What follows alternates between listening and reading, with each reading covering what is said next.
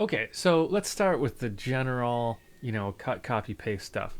Basically, anything you use in like a text document, like Command C to copy, Command V to paste, all that stuff still works. So if I go in here and say, here's a clip, I like it. So Command C to copy, I click somewhere else, Command V to paste. That all works. Um, I can copy MIDI. This is a MIDI clip, so I can put it right next to it on the same track. I could also put it on any other MIDI track, and that would be just fine. Um, but I can't put it on an audio track. If I put a MIDI clip on an audio track, it's going to try to convert it or do something strange. Now, one really helpful trick that I use every 5 seconds probably is Option click and drag. Okay, so what Option click and drag does is it's going to duplicate the clip, but it's going to leave the original behind. Okay, so if I take this one, and let's say I want another one of these out here, I can hold down Option, and then while I'm holding down Option, click and drag. Okay, now I've left this one where it was, and I made a duplicate, and I dropped it in the new spot. That's a nice one to know. You can also duplicate. If I just click on one and Command D, if I want another one right after it, just Command D. You can do that all day long. If I went out here and said, I want to keep this little snare hit going all night long, just boom, boom, boom, boom, boom, boom, boom, boom, boom, boom, boom, boom. It's going to keep it going. And Z, Command Z is undo. That's what I'm doing there to get rid of those. Any of these commands you can find up in the Edit menu. Cut, copy, paste, duplicate. Delete is just return. Deactivate is an interesting one. That's 0. No command or anything, just 0. That's what I've done here. This is kind of like a mute, but for a clip, not for the whole track. If I wanted to mute the whole track, I'd go over here and turn that track off. But if I want to just turn this clip off, just press 0. And that just deactivates it. Basically mutes it. I can press 0 again to get it back.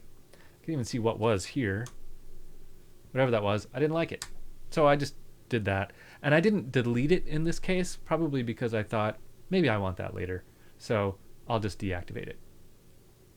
It's a handy trick. So that's what all of these little deactivated clips are. If I click on one, I can see what's inside of it. Moving clips around, just click and drag. Also, you can grab the edges of clips. And all of this stuff is true audio and MIDI tracks. If you go to the top of a clip and put your mouse right over the edge, you're going to grab the end of the clip. And if you click and drag, you're going to shorten the clip. Okay, I'm not moving it here, I'm shortening it. Same thing on the other side. If I hover over the top left, I'm going to trim the beginning of it off. Okay? Now, all of this stuff that I'm talking about is specific to arrangement view in the timeline. Most of it works in session view also. If I go over to session view, you can see I was playing with a few things over here. Actually, this is what we were playing with earlier. I left it here. Neat. Here I can, copy, click on an empty clip slot and paste. I can paste. I can duplicate. Command D is going to put stuff in the same clip. I can Option click and drag to move stuff to copy and leave the original behind. I can click on one and press delete to get rid of it. I can deactivate something with 0. So most of this stuff works all the same in both session view and arrangement view. I press tab to get back over. There's a lot of controls you can get if you control click or right click on the top part of a clip. You get this little contextual menu to come up. That'll give you some of these editing functions. Also some zoom settings, rename, edit some metadata about it, deactivate. Consolidate is a nice trick. What consolidate does is it joins multiple clips together. So let's say these two clips, let's say I always use these two side by side and I just wish it was one clip. I can click on one and then shift click to select both of them, or even all four of these. So I shift click, select all four, and then press Command J, and it's going to join them into one clip. Okay, you can do that with audio too. Here I have audio, select all of them. With audio, it takes a second. It has to actually think about it a little bit more, but it can be done that way.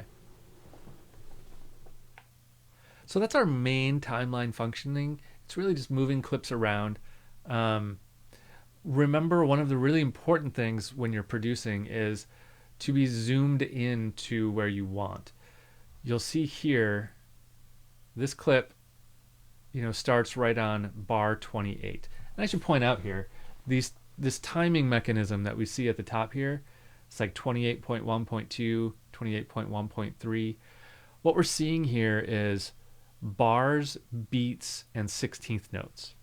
So 28.1.2 means we're on the first bar, or the 28th bar, the first beat, the second 16th note. And if it just says 28, that means you're at the beginning of the bar, or it just has a single number without a dot. So let's say I didn't want this to be on the beginning of the bar, but I wanted it to be a little before or a little after. I could slide it over, but this grid that I'm sliding it over onto depends on how zoomed in I am, right? If I zoom out to here, now it's showing me 16th notes, right? If I zoom out farther, now it's showing me quarter notes. So it's bigger depending on my zoom level. So if you really want to get into the weeds, you might have to zoom way, way, way, way in, especially when you're working with audio files. You can adjust this by control click on anywhere that's not a clip, and you can see adaptive grid is what we're looking at. Adaptive grid means the grid is going to change based on my zoom level. That's what we were just talking about. But I can say don't do that and just say fixed grid, always snap to a quarter note, for example, right? Or always snap to an eighth note. Now it's going to stay an eighth note no matter how zoomed in I am. Generally, I like to leave this on adaptive grid and narrow. That's kind of how I like it. You can also go here and just turn it off completely right here. So now there's no grid.